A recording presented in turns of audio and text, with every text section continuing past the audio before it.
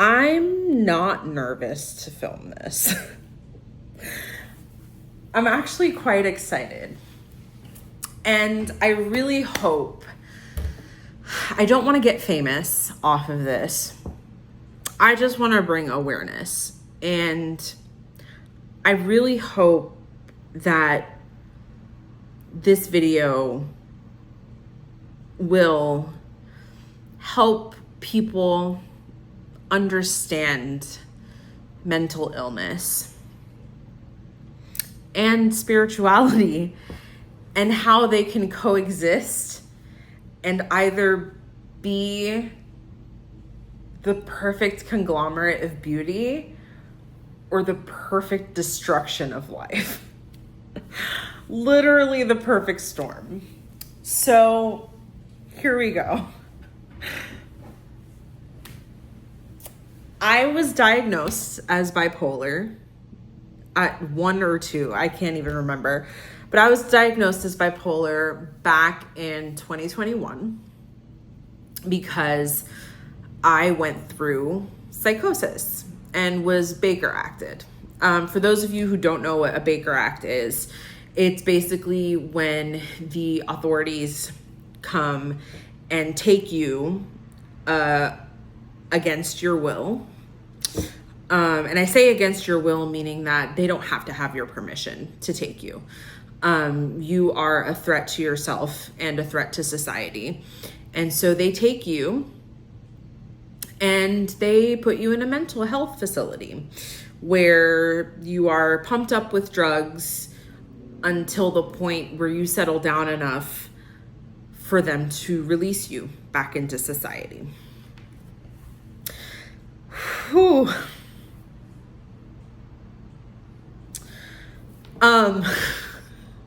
Saying it so matter-of-factly is kind of, but it's good. No, this is good. Because it's good to feel these feelings, right? I've been Baker acted 3 times as an adult. All 3 times, however, there were major similarities. 1, I was very high spiritually. I was either discovering new things, learning new things, dipping my toe into new things, and really ramped up and excited. And it's like my brain was going like this with all the information that I was getting, right? I would literally get headaches right here because I felt like my third eye was so open and strained because it wasn't ever closing. Similarity number 2. I was heavily smoking weed. All 3 times. Heavily smoking weed. I'm talking about ripping that bong all day, every day. And so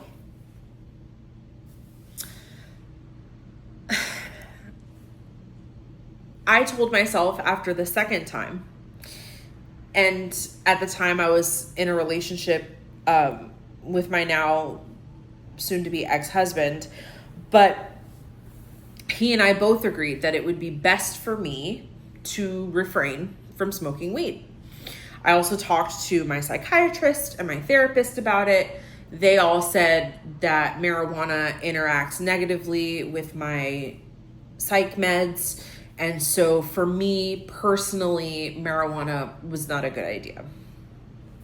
And so for about 5 years, I refrained. I did dabble in it a little bit. I got myself a vape pen, but I went manic, almost slipped into psychosis, and so I pulled back. That was a few years into it.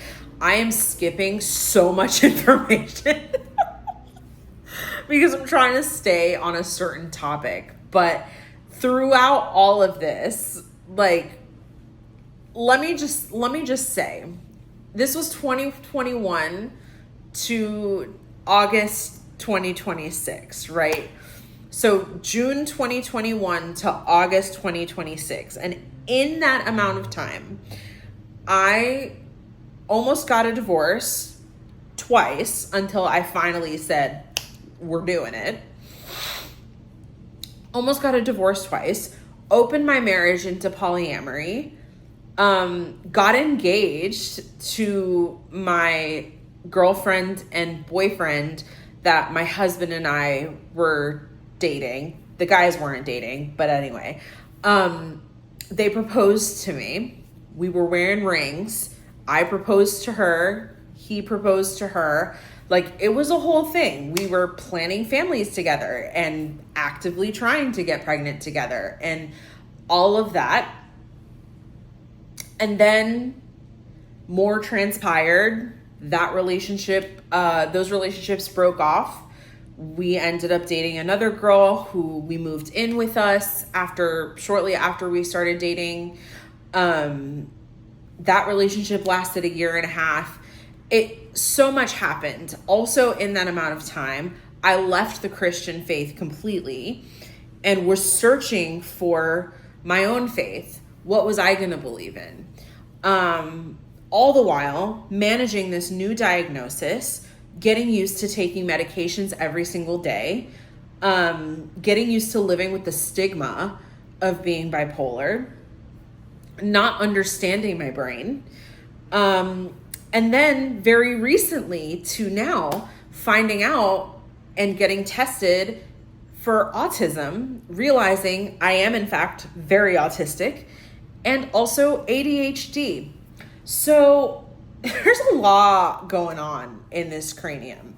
Throughout my marriage, dwindled my light so much that I lost my identity.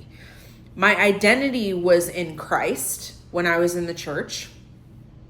And so everything that I did, everything that I experienced in life was through a lens of Christ, right?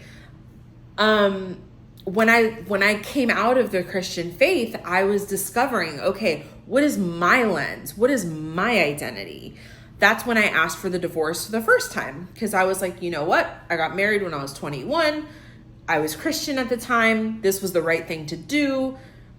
And I feel like I was gypped out of my 20s. Like, you're great. Love you. But I feel like I was gypped out of my 20s. And we opened up into polyamory. And it turned out being a great thing for our relationship. We grew in our relationship. We grew closer together. It was amazing. But the more and more relationships I got into, the less and less identity I had in myself, right? And so I would just attach myself to all of these people and be in all of these relationships. And literally, I didn't know what I wanted for my life anymore. You know, I used to dream of being a Broadway star, and I have a musical that I've written and books that I've written. And I used to dream of being a celebrity and having a platform. And I always used to say, I'm going to be an encouragement to the rich and famous. Like, I'm going to be able to be in that circle of people and show them that life is good despite all of the hate and negativity that they receive every single day. I wanted to be a light in that specific dark place of the financially wealthy and famous. Because I know there's a lot of mental health struggles in that community. Look at fucking Kanye West. That guy has made such a bad name for us bipolar people. But anyway, I digress. I understand. I get it. And cancel me if you want to. But as a bipolar person, I understand. Kanye West is fucking unhinged, but he's also unmedicated and not taking care of his shit. At least last time I checked, when he was off the rails. But who am I to judge, right? That's his life. So I made a decision January 2021. January 2026. I said, this year is for me. This is my year. I'm not going to worry about nobody else. Love y'all, mean it, but I'm taking care of me this year because I have been on a fucking roller coaster. 2025 was wild. I was literally in 10 to 15 different relationships. And when I say relationships, I mean people that I told that I loved, right? So people that I literally thought I was in love with, people that I was ready to commit my life to. 10 to 15 relationships. I say 10 to 15 because I honestly can't remember everything. There were so many. But I went through all of that and realized that I was just losing myself. And so in January, I said, nope, this is my year. So I had been doing some research on, TikTok University and came up on a creator named Kai. And they were doing a tarot reading and it really resonated with me. And it said something, the message was something around the fact that you are a gold mine. And they misspoke. They meant to say gold mine, or you're sitting on a gold mine, but they said gold mined, and then they elaborated on that as spirit, like intentionally using that verbiage to put forth the point that they were trying to make. It was insane. It blew my mind. And I immediately reached out to them and I was like, I would love a consultation with you. I don't know why. I don't know for what reason. I don't have any money to put towards this, but I need to speak to you. And I know that I need to speak to you. So we set up a consultation. They were lovely. We chatted for a bit on like a FaceTime type call, and it was amazing. And they did, I don't even remember if they did a tarot reading for me, honestly, but they definitely got some clarity and some messages for me. And one thing that they told me and it's funny because I was in this consultation and I was getting messages and hearing things. Like I channel spirit, and I'll get into like my spirituality. It's very me, that I can't describe, I can't define. I don't even want to say like these are tips and tricks. I'm just me. I'm just Ken. Like, I'm just me, okay? Take it or leave it. But they were telling me like something about my relationships changing, right? Like once I like wake up to the reality of where I'm supposed to be going and what I'm supposed to be doing with my life. And I don't want to even say supposed to be, but like the journey that would be the highest vibration, right, is going to cause some changes in my relationship. That's all that they said. But I already knew that that was a thing because I had already been conflicted about that. So flash forward, February 14th, Valentine's Day, 2026, my husband and girlfriend helped me move out of the house that we were living in. And I moved in with my best friend, Keely, about 40 minutes away. I ended up getting her a job where I was working at Chick-fil-A, and told my manager, hey, can you put us on the same schedule? I don't have a car. She's going to be my ride. So he put us on the same schedule. In him doing that, she ended up getting more work hours, which was good for her. So it just worked really well.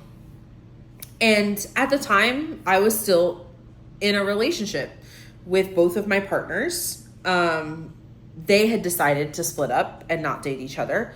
But I was still very much in a relationship with both of them.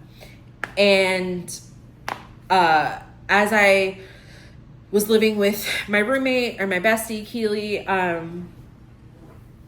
I started really just listening to my intuition and listening to what it is that I want and need in my life for me. And I felt really called to move to Florida.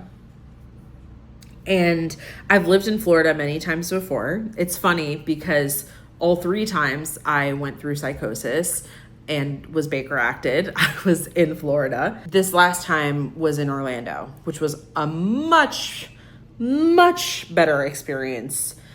Oh my gosh, the facility that I went to was incredible. I mean, it was honestly the best health care experience that I've had, which is crazy because I was put in solitary confinement and on suicide watch, and I had somebody literally following me around everywhere I went. But I felt very safe there.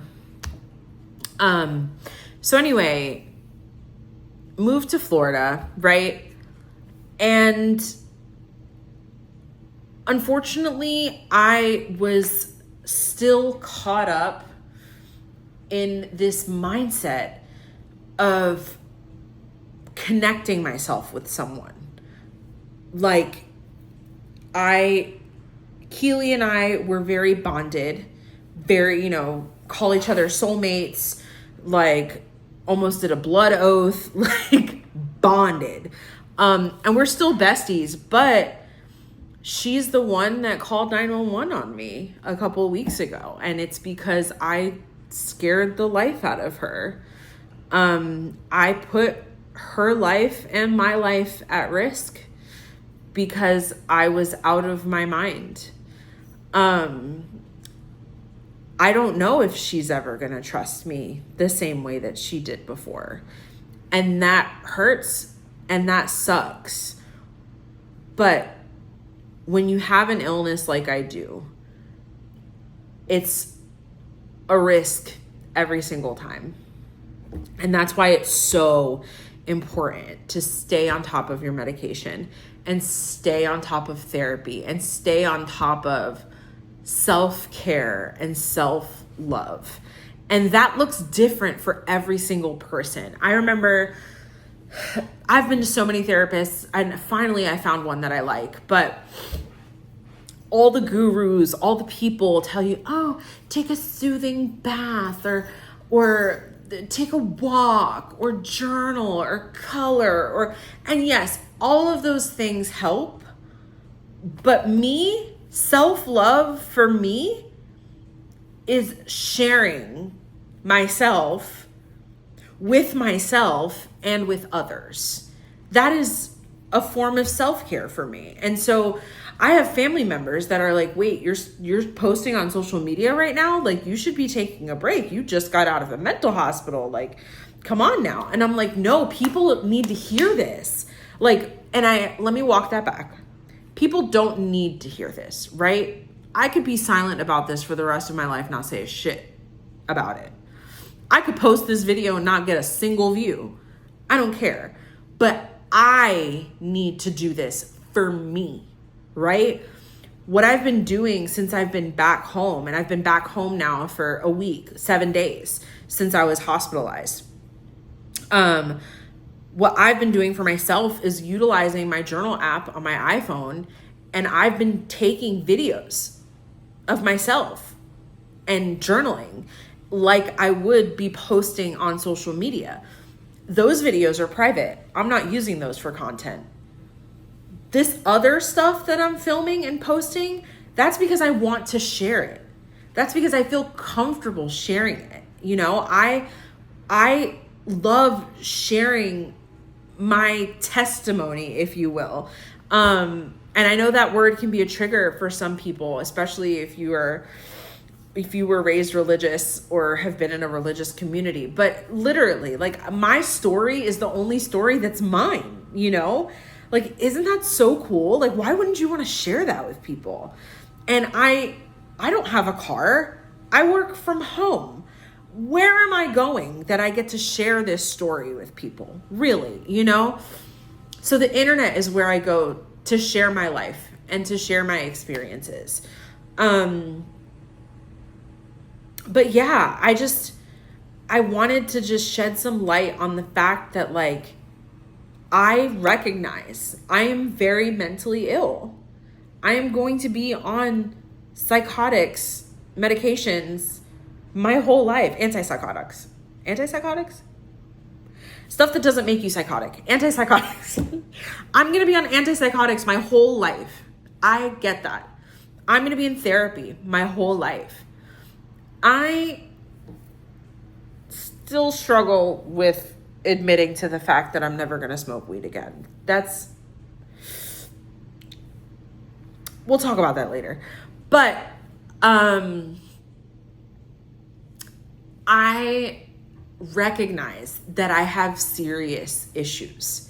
And I recognize also, and this is going to sound so callous and jaded, but it's the fucking truth. And if you hear anything from this video, hear this. You are not alone. You are not alone. No one on this earth is alone. Why?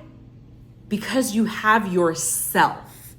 And I know that that might not sound like a lot, especially if you struggle with self-worth, especially if you don't love yourself and you don't value and treasure yourself. But you are literally the only person that you have. Everybody else that loves you to the deepest core of them, everybody else has the option of walking away whenever they want to. And the hope is that they won't. The hope is that they'll love you forever. You know,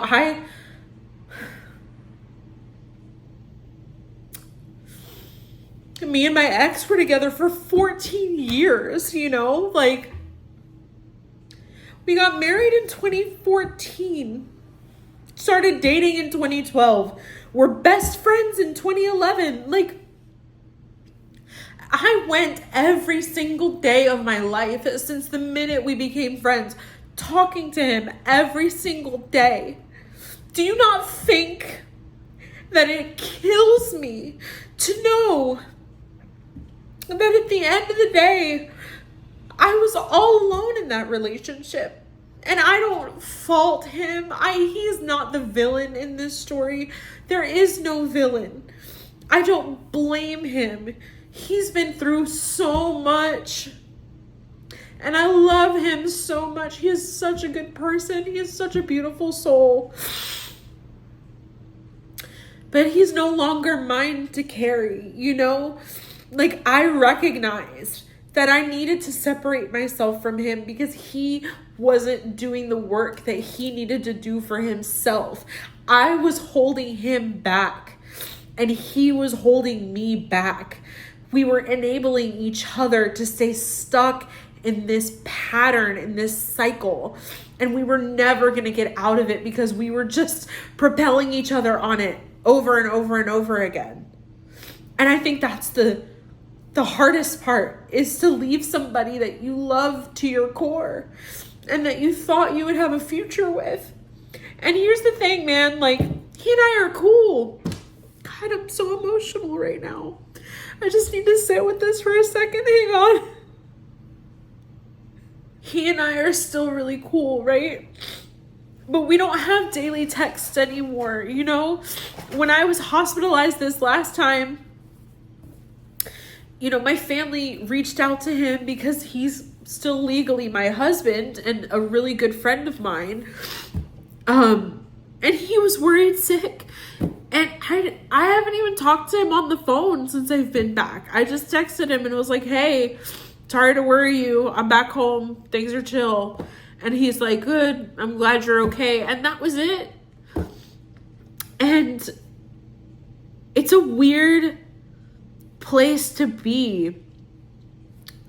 And, you know, with Keely, like, her being my soulmate, being my person, right? And then getting to the point where she was even scared last Friday when I came home. She was scared to come home from work because she did not know who she was going to be facing when she came home.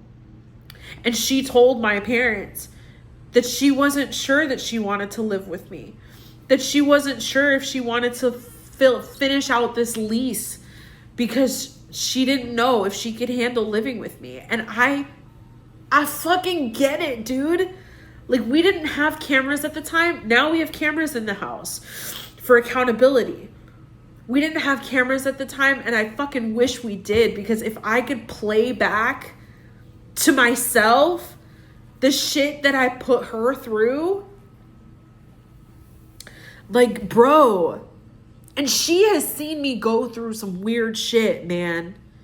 She has seen me channel spirit when I was trying to navigate what the fuck that was, and talking to random people that weren't in the room and all of that stuff. She has seen me go through some weird shit, but not once was she scared until 2 weeks ago. And she was scared because I said some very scary things and made her very uncomfortable. And while I didn't injure her or intend on causing any harm, I did get handsy, and she felt unsafe.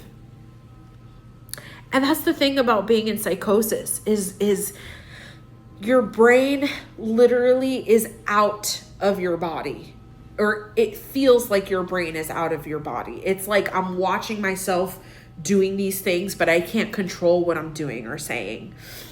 And then you have the blackout moment, right?